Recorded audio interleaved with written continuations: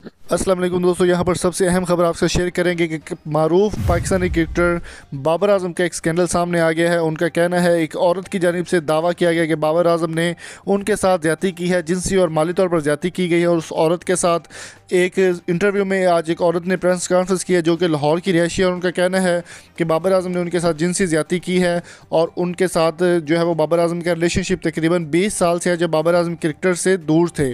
उनका मज़ीद भी कहना है कि उनकी एक मज़ीद जो डिमांड है वो यही है कि उनका कहना है कि बाबर आजम को उस औरत के साथ शादी करनी पड़ेगी। और बाबर आजम जो कि इस वक्त दुनिया के नंबर 1 T20 के बैट्समैन हैं। चलिए आपको दिखाते इस औरत की प्रेस कॉन्फ्रेंस जिसमें वो बाबर आजम के बारे में बात कर रही है। वीडियो लाइक है, पसंद आए तो लाइक ज़रूर कीजिएगा।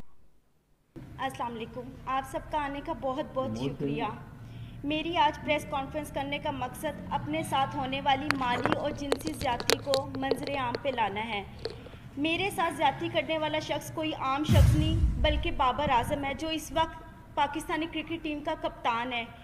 मैं अपनी बात शुरू करने से पहले आपको बताती चलूँ कि बाबर आजम से मेरा ताल्लुक़ आज कल से नहीं है। मेरे ताल्लुकात उससे उस वक्त से हैं जब वो क्रिकेट की दुनिया में उस वक्त कोई ताल्लुक़ नहीं था।